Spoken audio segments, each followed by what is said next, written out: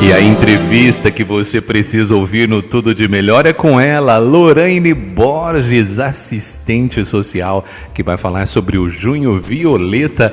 Bom dia, Lorraine, tudo bem? Bom dia, André, tudo bem com você? Maravilha, assistente social. Menina, eu lembro que na faculdade, o curso de Direito tinha muitos alunos.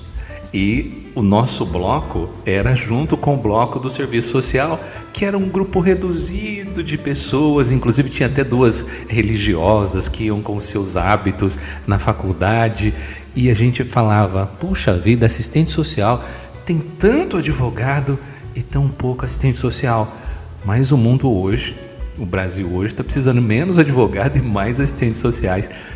Parabéns pela sua carreira e por aceitar esse desafio desse olhar atento de cuidar do próximo. Por que você escolheu ser assistente social?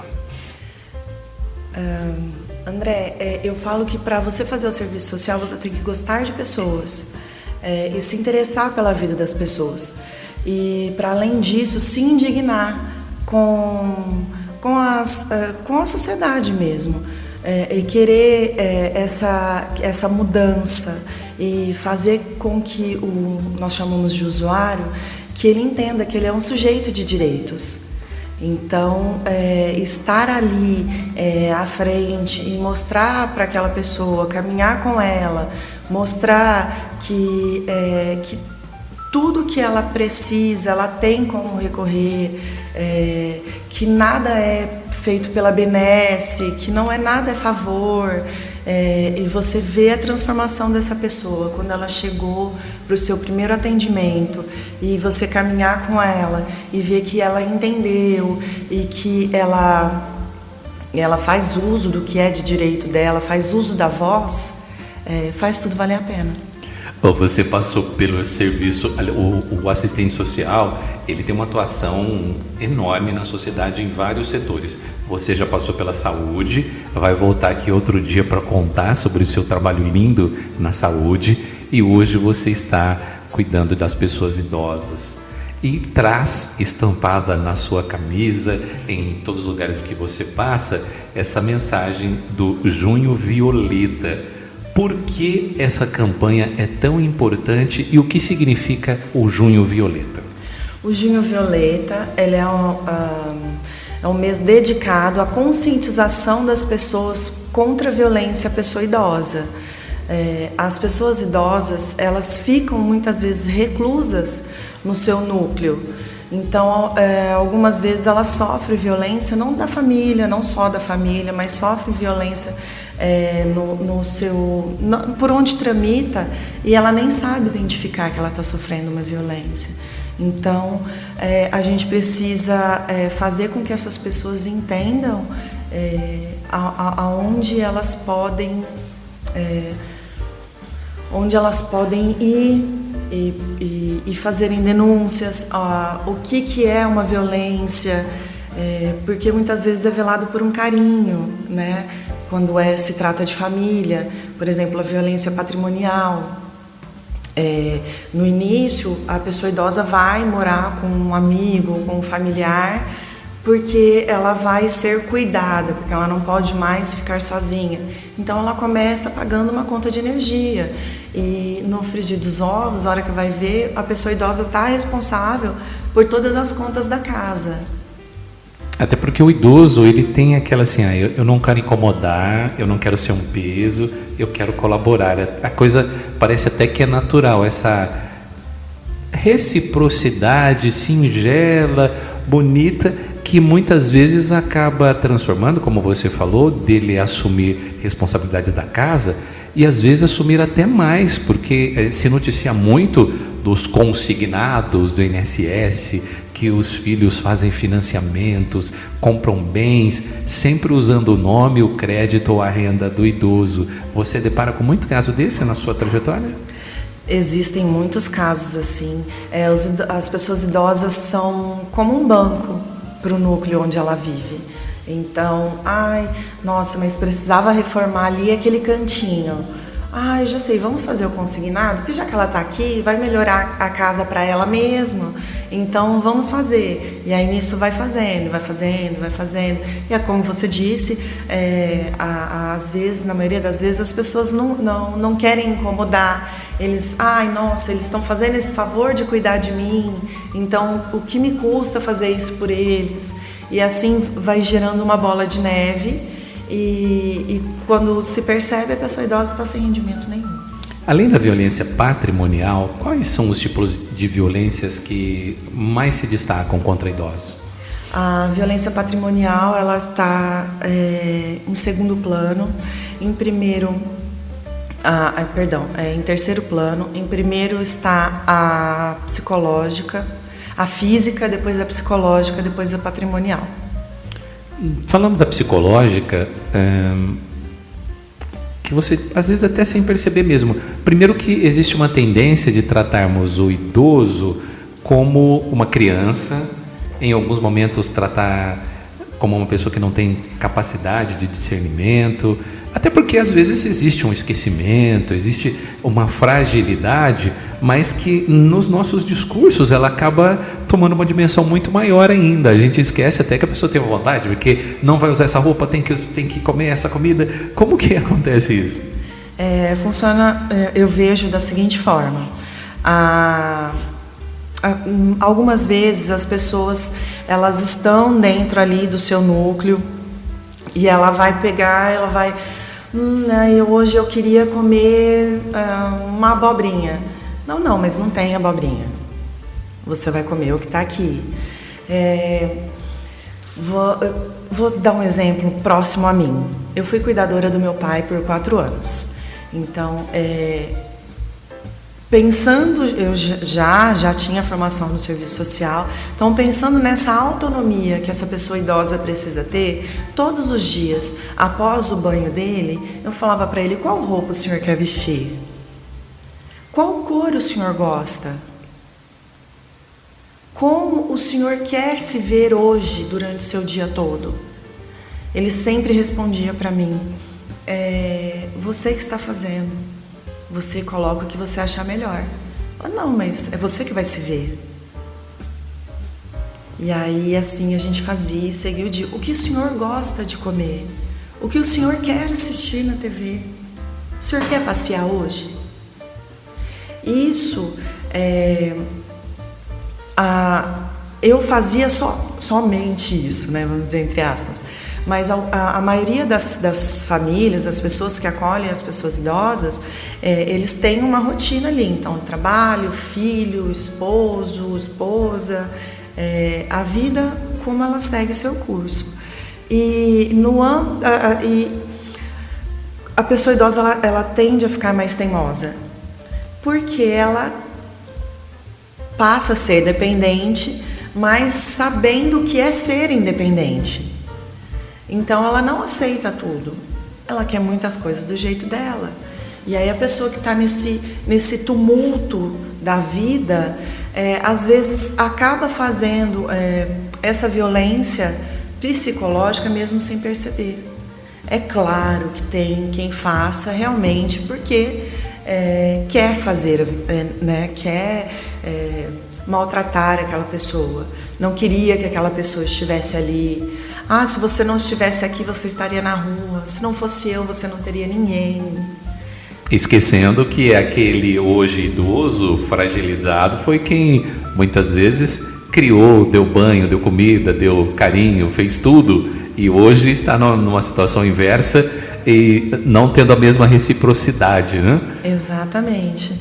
Eu costumava dizer para o meu pai que poder retribuir a ele um grão de areia dentro de tudo que ele me fez era um privilégio.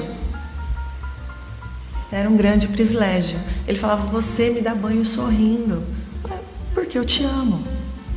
Banho. Eu vejo 2 problemas assim. Primeiro, o banho e a higiene pessoal. É um desafio. Vamos até conversar agora com quem tem pessoas que estão idosas, que ainda têm autonomia, mas que em determinado momento perderão essa autonomia que é natural da vida. Como que é, com a sua experiência de filha, mas também de profissional, esse momento em que você vai dar um banho no seu pai, vai ajudar o seu pai, a sua mãe a fazer a higiene pessoal, como deve ser para o idoso e para quem está cuidando do idoso? É muito difícil porque nós não estamos preparados para essa inversão de papéis. Nada na vida te prepara para isso. Então é um momento muito complicado. Mas no meu caso, eu ia conversando com ele. Meu pai era muito religioso, então eu colocava umas orações para ele no YouTube, para ele poder ir relaxando um pouco. E para mim, muitas vezes eu dava banho nele chorando, porque é muito difícil.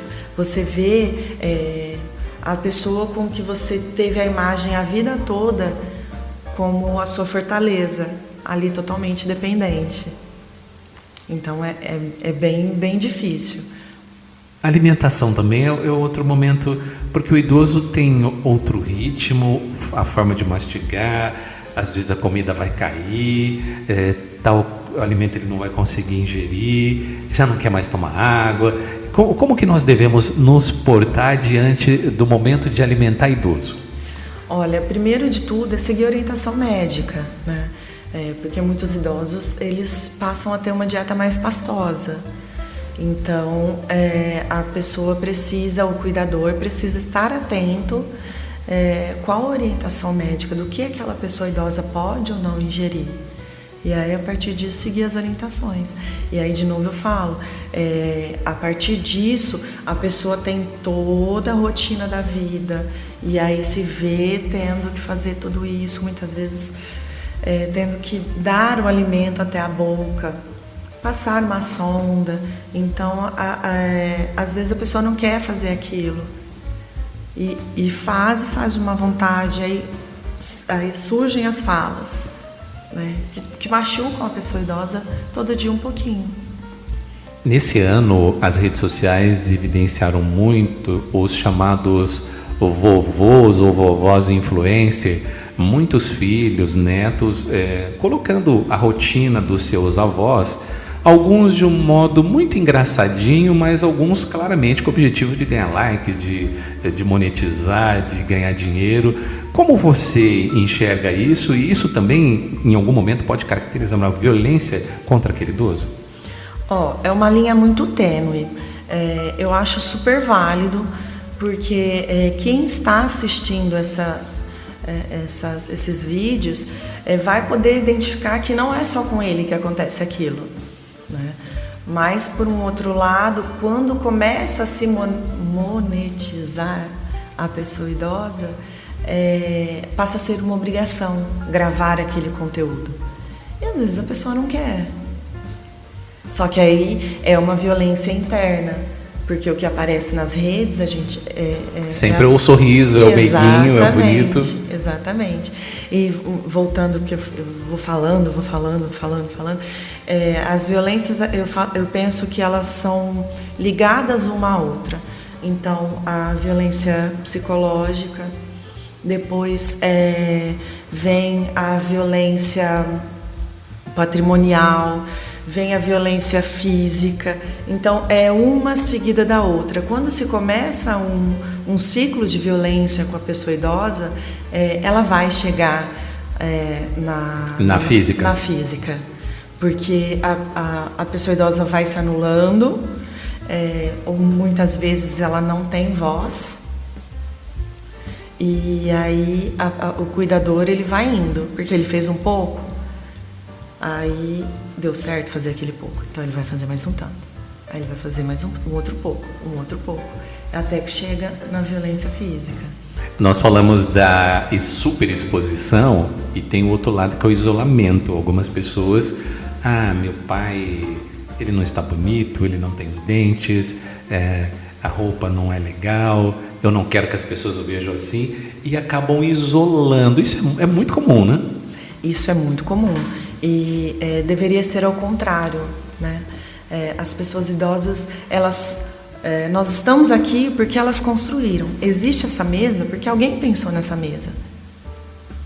E aí eu penso que a gente tem que enaltecer a pessoa idosa. É lógico que tudo tem limite, que nós não vamos ser permissivos, mas nós precisamos enaltecer, porque aquela pessoa, ela foi um jovem e ela construiu algo até chegar ali. Não existe ninguém que não construiu nada. Falando em construção, você é uma pessoa que forma a sua família, em determinado momento você vai envelhecer, vai ficar por vezes adoecido. Em alguns momentos a família não tem estrutura, não consegue um arranjo para poder cuidar do idoso ou dar a atenção que ele merece, e aí surgem as casas de longa permanência, onde esses idosos serão acolhidos. Algumas públicas, outras filantrópicas, outras privadas. Como deve ser esse momento da decisão, ou esse momento assim, puxa vida, eu vou colocar o meu pai, vou colocar minha mãe numa dessas casas.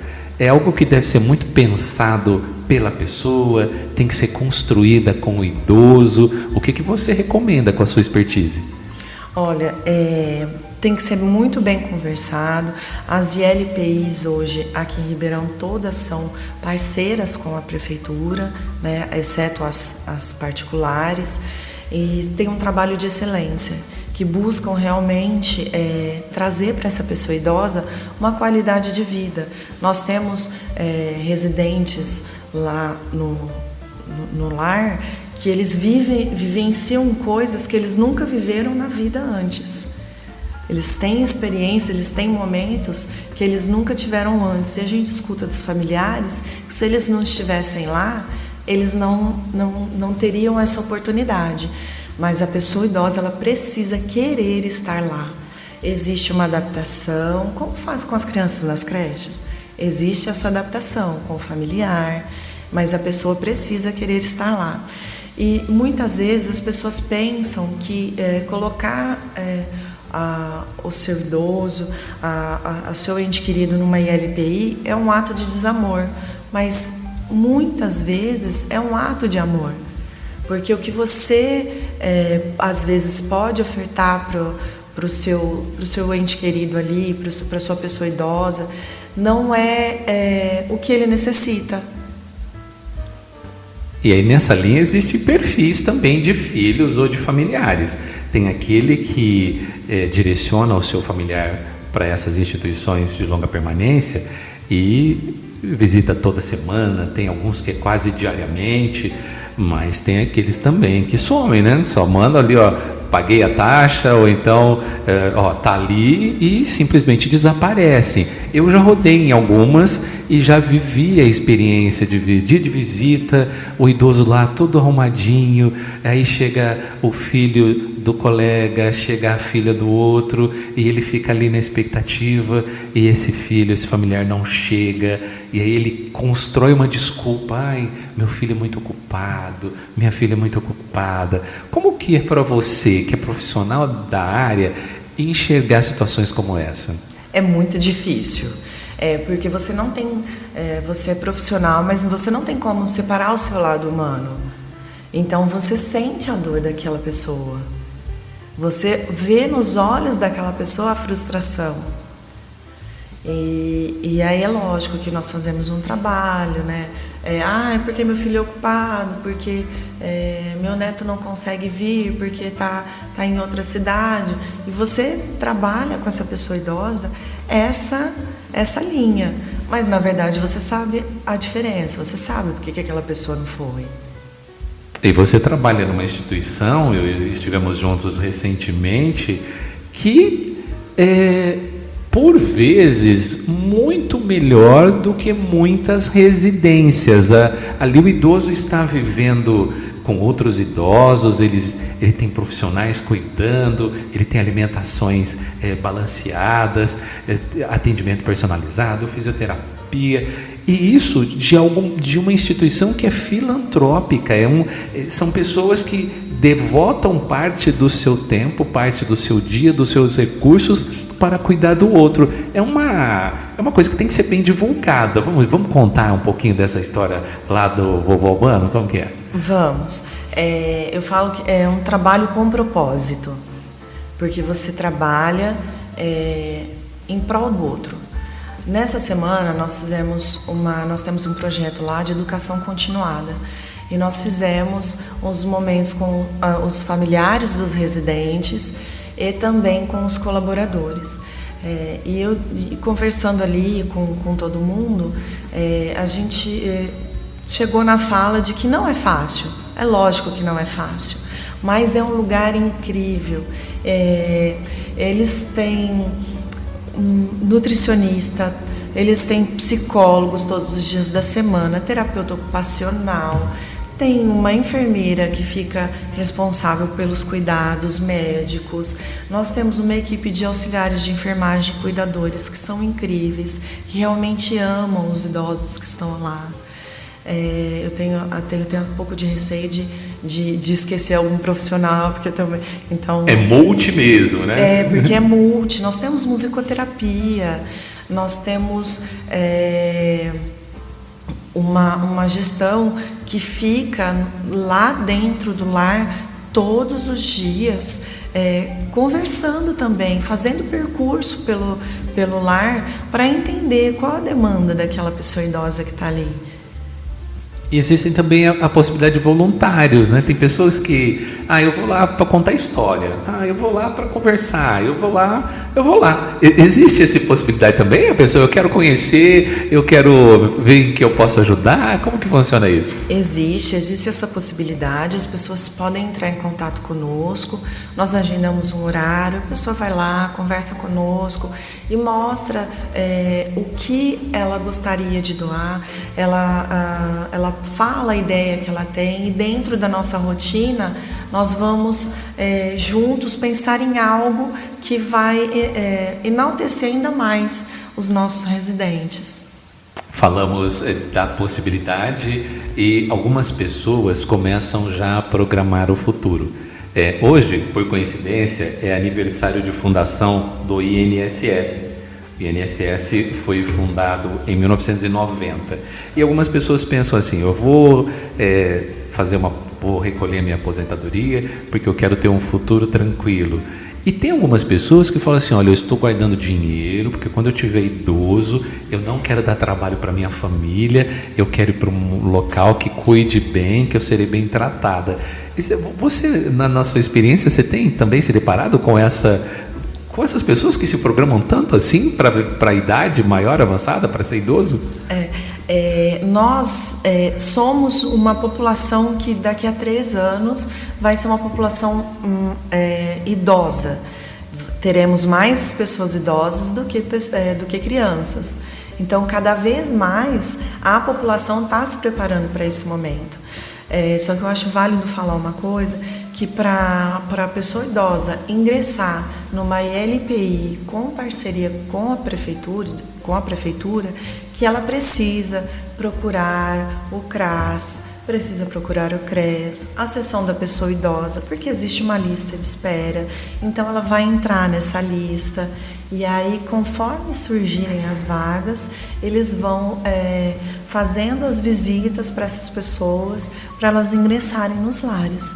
Hoje eu vou no supermercado, você vai ao shopping, tem as vagas dos idosos, você vai tem a fila do idoso, mas me parece que o poder público, isso em todos os âmbitos, não tem se preparado para atendimento de saúde maior, com formação de geriatras, atendimento ambulatorial para geriatra, as instituições de longa permanência, aquelas também vagas para o idoso adoecido. É uma tendência que é urgente, né? É uma necessidade urgente. Exatamente. Isso teria que ter sido feito para ontem. Nós estamos, como eu te falei, aqui em Ribeirão, daqui a 3 anos a nossa população idosa será maior do que a população de crianças. E nós não conseguimos ver, eu pelo menos não vejo políticas públicas voltadas para sanar, porque isso vai chegar uma hora que vai explodir. Vai explodir. E você tem destacar a campanha do Junho Violeta, conscientização contra a violência à pessoa idosa. Nós já temos delegacia do idoso, nós temos uma vara da infância, juventude e também idosos, mas canais de denúncia e observação. Então vamos separar as perguntas. Primeiro, como que eu, cidadão leigo, observo que algum idoso está sendo vítima de violência na minha família ou no meu entorno? Como que eu tenho esse olhar mais atento? O primeiro sinal que a pessoa idosa costuma dar é a apatia. Então, ele vai deixando de sorrir, ele vai deixando de ter vontade de sair, ele vai deixando de ter vontade de fazer as coisas. Atividades que eram prazerosas para ele, na maioria das vezes, ela já vai sumindo. Então, esse idoso, realmente, a luz dele vai se apagando. Vai se apagando, vai se apagando. E quem convive com a pessoa idosa, ela vai saber identificar. Porque nós somos tradutores do silêncio dos nossos idosos. Tradutor do silêncio, essa é profunda, hein? Tradutor do silêncio. Então eu devo ter um olhar, além da escuta, um olhar muito atento. Um olhar atento. Porque algumas vezes essa violência não vem do núcleo familiar, mas essa pessoa idosa frequenta outros núcleos.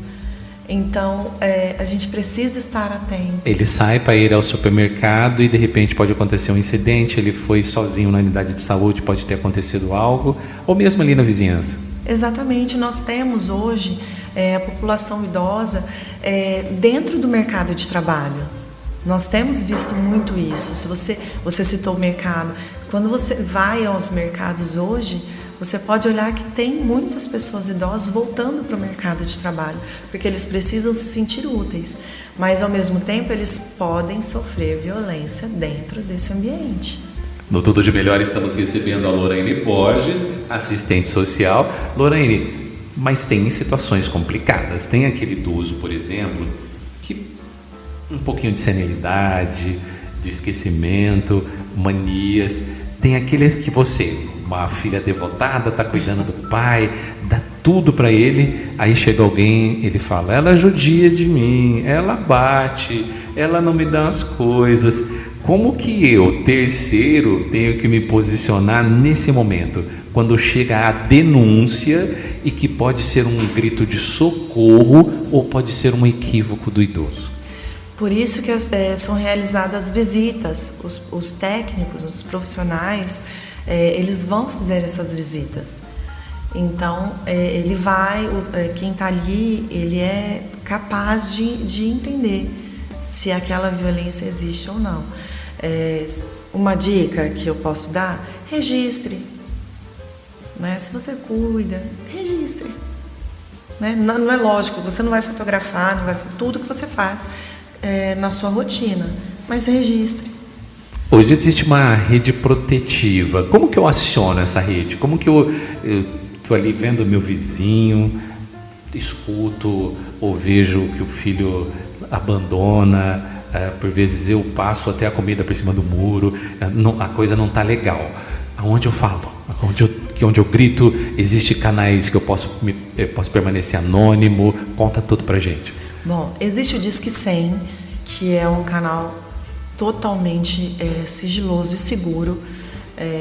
A pessoa vai fazer a denúncia e lá o anonimato é garantido. Existe a Defensoria Pública, existe a Delegacia da Pessoa Idosa, existe o CRAS, o CRES, que ele pode fazer essa denúncia.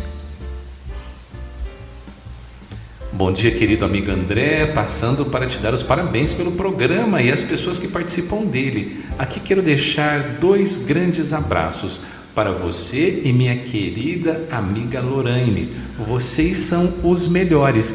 Mensagem da Célia Regina. Célia, muito obrigado pela audiência. A Célia, que também é escritora, gosta de uma boa poesia. E você conhece a Célia também? Obrigada, Célia. Muito obrigada. Conheço. Ô, menina, eu vou fazer a denúncia. Eu sei que tem um anonimato, que os meios legais vão ser disparados, mas às vezes eu não quero me intrometer. Tem aquela história, a gente não deve se intrometer. A omissão também diante de um caso desse é quase que um crime também, não, Lorraine? Exatamente, você acaba sendo conivente. com o crime que está acontecendo, com a violência que está acontecendo. Então, às vezes, chama 190, chama a polícia naquele momento, que você está vendo que aquela pessoa idosa está apanhando, você não vai fazer nada? Então, agora, nesse mês de conscientização, vamos fazer um guia rápido aqui. Como eu, filho, devo agir? Olha, parece coisa tão básica, mas que precisa ser lembrada. Como que eu, filho, como que eu, neto, devo me portar com o idoso que está residindo na minha casa? Quais são os cuidados mínimos de respeito, de dignidade, para que eu evite situações de violência? Olha, é muito difícil você ditar o que a outra pessoa deve fazer. Como você falou, é algo que deveria ser inerente, né? Então, mas você respeitar a autonomia da pessoa idosa, você respeitar os limites, porque tudo tem limite. É claro que não é fácil, é claro que existem pessoas idosas que estão demenciadas dentro dos domicílios e que aí os cuidados vão ficando mais difíceis, mas o importante, acredito eu, é que se for dentro da sua casa, você tratar aquela pessoa com carinho e com o respeito que ela merece, né? Eu até, se você me permite, eu quero falar sobre uma violência que me preocupa muito, que hoje é a violência virtual. As nossas pessoas idosas, eles estão conectados. É tanto que criou aquela imagem, a tia do Zap, né? Que ela é muito falada. E por que você tem essa preocupação com esse mundo virtual? Porque os golpes, eles vêm via WhatsApp, eles vêm via Facebook, eles estão aí. E a pessoa, às vezes, ela está tão solitária, né? Porque está todo mundo na sua rotina. E ele está em casa, não está sozinho, está com o celular. E o idoso, ele tem a credibilidade do telefone, porque ligou, a pessoa fala assim, ligou do banco. Exatamente. Olha, ligou da prefeitura, ligou. É fundamental que conversemos com os nossos idosos, orientando, da mesma forma que orientamos os filhos, para que eles tenham filtros ou não caiam nesses golpes. Exatamente. Então, assim, ligou, falou que é do banco, olha, tá, eu vou ver e te retorno. Mandou um link para acessar. Não acesse, tem que explicar o passo a passo. Sua conta está com problema, eu preciso do seu cartão. Exatamente. Quantos golpes a gente não vê por aí, que a pessoa idosa está sozinha, e aí você liga, alguém liga e fala, eu sou do banco, vou passar aí para pegar seu cartão. A pessoa entrega o cartão. Sequestrei seu neto, aperte o tal. Puxa vida, tem que realmente ficar muito atento. Da nossa lista de casos de violência ou de modos de violência, esquecemos de algum? Vamos revisitá-los? Tem alguma coisa que você precisa falar, André? Olha, isso é muito importante. Eu acho que não, André. Era a violência a virtual, que é a que mais hoje está latente. Então agora, estamos caminhando para o final dessa nossa conversa, infelizmente, você vai conversar com dois públicos. Primeiro, eu gostaria que você agora, Lorene, conversasse com aquele filho, aquele neto que tem o idoso em casa, que às vezes está desanimado, às vezes já está de saco cheio, às vezes está ali sofrendo, eu não dou conta de cuidar. Que mensagem você, como profissional, diria para o familiar que tem um idoso em casa? Nossa, que responsabilidade, André.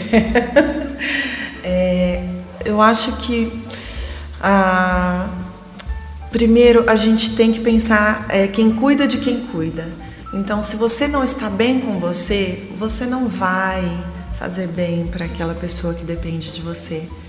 Então, cuidar da sua mente, cuidar do seu corpo, pensar os valores que você tem, se você tem alguma religiosidade, você cuidar de você, porque a gente tem que pensar nisso também. Quem cuida de quem cuida. E agora nós vamos conversar com o idoso, porque nós temos muitos ouvintes idosos. O programa, aliás, para acordar sábado, 7 da manhã, para ouvir o André Luiz, é idoso. Para ouvir as músicas que eu toco, já está na melhor idade. Agora, você e o idoso nos assistindo pelo YouTube ou nos ouvindo em casa, a sua mensagem para o idoso nesse mês, nesse junho violeta.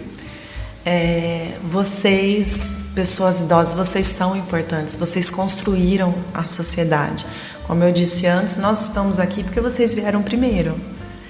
E faça valer a sua voz, faça valer os seus direitos.